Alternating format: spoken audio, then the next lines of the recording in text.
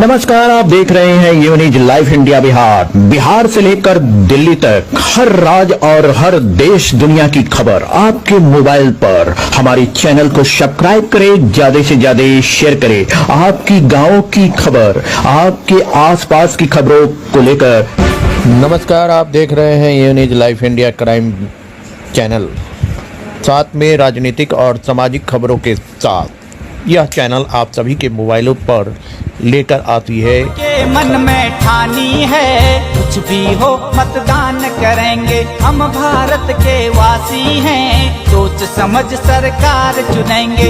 अब के मन में ठानी है कुछ भी हो मतदान करेंगे, हम भारत के वासी हैं, सोच समझ सरकार चुनेंगे। हम भारत के वासी हैं, सोच समझ सरकार चुनेंगे। हम भारत के वासी हैं, सोच समझ सरकार चुनेंगे।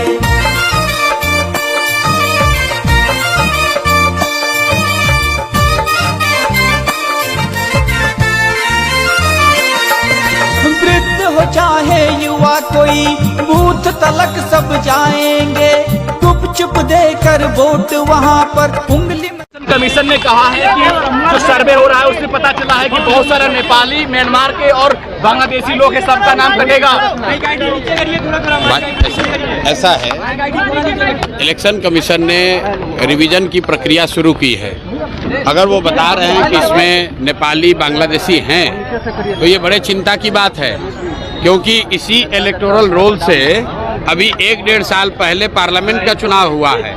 मोदी जी उसी इलेक्टोरल रोल से चुनकर प्रधानमंत्री बने हैं। तो क्या इलेक्शन कमीशन ये मान रहा है, स्वीकार कर रहा है कि जिस इलेक्टोरल रोल से लोकसभा का चुनाव हुआ उसमें बहुत सारे बांग्लादेशी या दूसरे गैर कानूनी लोग वहाँ पर उस इलेक्टोरल रोल में हैं? और दूसरी जो बड़ी बात है कि अगर ये लोग बिहार में आके रह रहे हैं, तो बिहार में तो भाजपा की, नीतीश की ही सरकार है, ये लोग कैसे रह रहे हैं, पुलिस प्रशासन क्या कर रहा है, ये भी चिंता का बात है। और कहीं ना कहीं नीतीश सरकार को जवाब देना चाहिए कि इतने लोग, जो इलेक्शन कमीशन कह रहा है, सरकार की संस्था कह रही है, सरकार की संवैधानिक संस्था कह रही है कि बहुत सारे नेपाली, बांग्लादेशी यहाँ पर आके रह रहे हैं और उन्होंने इलेक्टोरल रोल में बाकायदा अपना नाम लिखवाया है।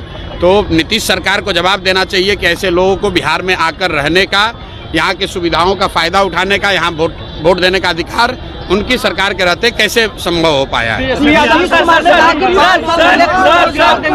यादव ने आरोप लगाया है कि जो सुप्रीम कोर्ट का आदेश था उसको इलेक्शन कमीशन फॉलो नहीं कर रहा है। देखिए, तेजस्वी यादव क्या कह रहे हैं, नहीं कर रहे हैं, उसका कोई बहुत महत्व नहीं है। महत्व इस बात का है कि इलेक्शन कमीशन अगर इलेक्शन लिस्ट को, इलेक्टोरल रूल को, लिस्ट को ठीक कर रहा है, तो उनकी ये जिम्मेवारी है कि हर वो नागरिक जो 18 साल से ज़्यादा उम्र का है और उसके पास वोट देने की योग्यता है, उसको वोट देने का अधिकार मिलना चाहिए, उसका नाम नहीं काटा जाना चाहिए। तेजस्वी यादव क्या कह रहे हैं, प्रशांत किशोर क्या कह रहे हैं, इसका महत्व नहीं है। महत्व इस बात का है कि जो भी वोट देने की योग्यता रखता है, उसको वोट देने का अधिकार होना चाहिए, उसको वोट देने का सम्राट चौधरी ने कहा है कि बिहार में लॉ एंड ऑर्डर की स्थिति बिल्कुल ठीक है, आपसी मतभेद के कारण ये हत्याएं हो रही है। सम्राट चौधरी, लॉ एंड ऑर्डर पर सम्राट चौधरी का बोलना ऐसे ही है जैसे मैं क्वांटम फिजिक्स पे अगर कुछ बोलने लगूं। भाई, सम्राट चौधरी को लॉ एंड ऑर्डर का क्या समझ है? सम्राट चौधरी तो गृह मंत्री नहीं है, सम्राट चौधरी कोई लॉ एंड ऑर्डर के विशेषज्ञ नहीं हैं। गृह मंत्री यहाँ पर नीतीश कुमार हैं और वो अचेतन अवस्था में हैं। उनकी बुद्धि और उनका मानसिक और शारीरिक स्थिति ऐसा नहीं है कि उनको पता चले सरकार का इकबाल खत्म हो गया है, जिसको जो मन आ रहा है वो कर रहा है। पूरे सरकार को 3-4 अधिकारी और 4-5 उगाही मंत्री चला रहे हैं, इसीलिए पूरे बिहार में ये दुर्दशा की स्थिति है।